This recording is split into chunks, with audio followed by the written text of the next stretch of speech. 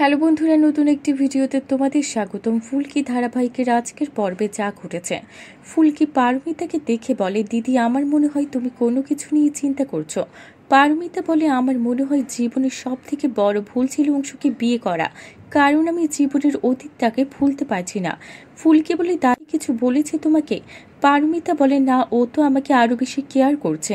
এইদিকে হৈমন্তী মন্দির থেকে প্রসাদ আনাচ্ছে, এটা দেখে মাস্টার মশাই বলে, এইসব নাটক দেখতে আমার আর ভালো লাগছে না, কতদিন চলবে এসব? হৈমন্তী বলে, ও আমার কষ্টটাকে তোমার নাটক মনে হচ্ছে, তাহলে নাটক দেখাচ্ছি।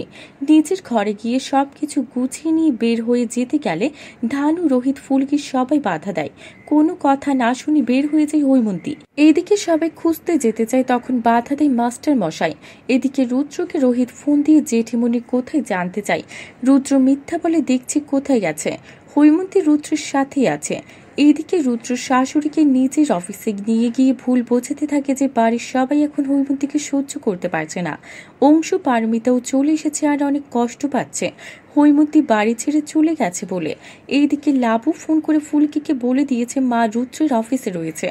বাড়ির সবাই গিয়ে হৈমন্তীকে মিথ্যা বলে মাস্টারমশাই অসুস্থ বলে বাড়ি আনে।